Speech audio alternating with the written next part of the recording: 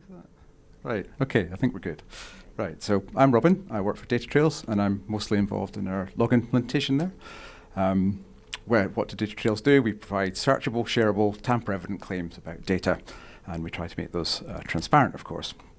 So this talk is going to zoom in on a tiny part of the log of the OWL that I think we all want to be as boring as possible, and why, in particular, what drove us to choose an MMR-based tile log.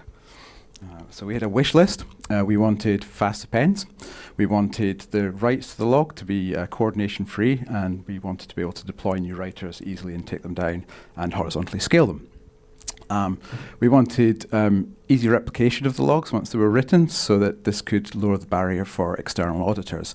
If we want these logs to be checked, we want them in the hands of auditors and verifiers as easily and quickly as possible. We wanted good storage locality for generating the proofs of inclusion and consistency. So if you're coming along and you want to provide a receipt to a skit consumer, or you want to just hit one place in the log, generate the inclusion proof, and hand it back to them as quickly as possible. If you're doing consistency checks across the log, you want to be able to handle that one piece at a time as quickly and easily as possible. I wanted to make friends in the operations team. I wanted to be able to give them a really simple story for how to retire data once it was end of life. We've got retention periods for all of our customers, and after that expires, their tail of the log is no longer interesting. We want them to be able to just chop it off at the end and not think about how that relates to future data. And for onboarding, we want to be able to have customers sign up and have the log just start up and start writing to it immediately without any fuss or fanfare. So those are the things that were on our wish list. And we picked Merkle Mountain Ranges. They crop out in a few places. They've got lots of names.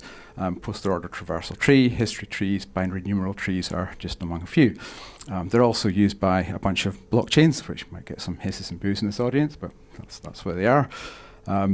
Structurally, they're very similar to the leaf tiles in a T-log. It's just a regular Merkle tree, and the bottom of the T-log tiles are roughly the same shape.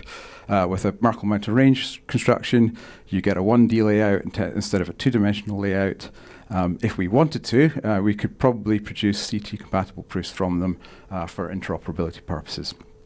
But we're not a certificate log, so we give ourselves a pretty much free hand for doing these things. There is a background paper that's possibly interesting for if you're interested in Merkle Mountain Ranges and some of the underpinnings, especially for how witnesses can be made efficient. This paper is interesting for that. This is the tree diagram with numbers on, and some bullet points about what we like about this particular tree type. So the inclusion proof for any item just gets longer. This is because the position of every element in the tree is constant as soon as it's added to the log. That has some handy properties. The checkpoints are just a signed peak list, and that gives us a thing where the inclusion proofs all terminate at the same MMR peak, and over time that peak changes quite slowly, and that means that we don't necessarily have to change the witnesses for people that are interested in holding them. And in some circumstances, it means we don't need the single tree head per leaf, which can be inconvenient in some places. So we have to stick that tree in storage, and we stick it in tiles. And the way we handle these tiles is to only ever have to handle at most 2 at a time. There's only ever one partial tile. And the way we chain them together is we collect at the beginning of each tile the ancestor peaks from the previous tree that commits the previous tree. And as we start the new tile, we always get rid of a few that we no longer need, pop one on the end that lets us join to the one that's just completed, and then we immediately start writing to the new tile. And that gives us, it's just really convenient to write a builder for that kind of log shape. So that's, I could read out the bullets, but I'm not going to in the interest of time. So then I'm going to finish up by talking about standards and working code. So COSI receipts is a thing that's in draft status with the objective of being a registry for verifiable data formats encoded in COSI and CBOR.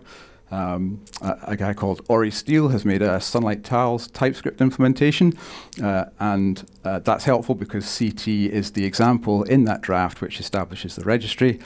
I've made a TypeScript implementation based on tiles, just to show how close it is at the level that you care, where you care about distributing tiles and log data.